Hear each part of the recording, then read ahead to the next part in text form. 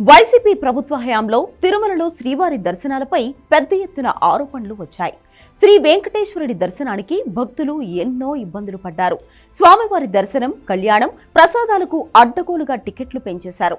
అన్యమత ప్రచారం కూడా యథేచ్ఛగా జరిగింది. ఇప్పుడు కొత్తగా దర్శనాల స్కామ్ బయటపడింది. తిరుమల శ్రీవారి దర్శనానికి మంత్రులు, ఎమ్మెల్యేలకు వీఐపీ సిఫార్సులను అడ్డగోలుగా వాడేశారు అప్పటి లీడర్లు. ఒక్క ఎమ్మెల్యేకు 6 టికెట్లు మాత్రమే సిఫార్సు చేసే అవకాశం ఉంటే వైసీపీ ఎమ్మెల్యేలు, మంత్రులు ప్రతిరోజు పదుల సంఖ్యలో, ఒక్కోసారి 100 మందికి మించి కూడా సిఫార్సు చేశారు. టీటీడీ చైర్మన్ కు గరిష్టంగా 150 టికెట్లు మాత్రమే ఇచ్చే అవకాశం ఉంటే రోజుకి 500 నుంచి 1000 దాకా కూడా ఇచ్చారు. భక్తులకు దర్శనానికి రికమెండ్ చేస్తే తప్పేంటి అని అనుకోవచ్చు.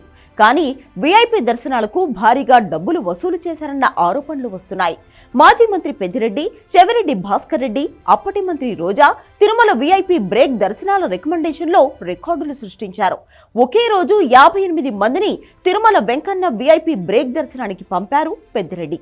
ఫిబ్రవరి 13న 58 మందిని తన పేరుపై దర్శనానికి పంపిన లెటర్ ఇప్పుడు సోషల్ మీడియాలో చక్కర్లు కొడుతోంది.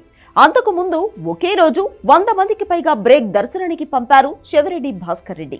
ఏప్రిల్ 30న 100 మందికి పైగా లిస్టుతో టీటీడీకి చెవిరెడ్డి సిఫార్సు లెటర్ ఇచ్చారు. పెద్దిరెడ్డి, చెవిరెడ్డి బాటలోనే మిగిలిన మంత్రులు, వైసీపీ ఎమ్మెల్యేలు నడిచారు. కొండపై ఎక్కువ వీఐపీ దర్శనాలు చేయించిన వైసీపీ మంత్రుల్లో రోజానే టాప్లో నిలిచారు. ప్రతి వారం తన వెంట భారీగా జనాన్ని తీసుకొని కొండపైకి వెళ్ళింది రోజా. పవిత్రమైన తిరుమలగిరిపై రాజకీయాలు మాట్లాడవద్దన్న సోయి కూడా ఉండేది కాదు. పవన్ కళ్యాణ్, చంద్రబాబు, లోకేష్ పై అక్కడే విమర్శలు చేసిన సందర్భాలు ఉన్నాయి.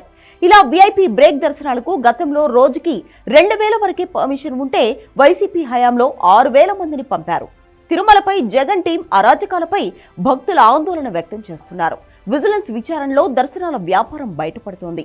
వీఐపీ దర్శనాలు చేయించినందుకు డబ్బులు వసూలు చేయడం పైన విజిలెన్స్ విచారణ జరుగుతోంది.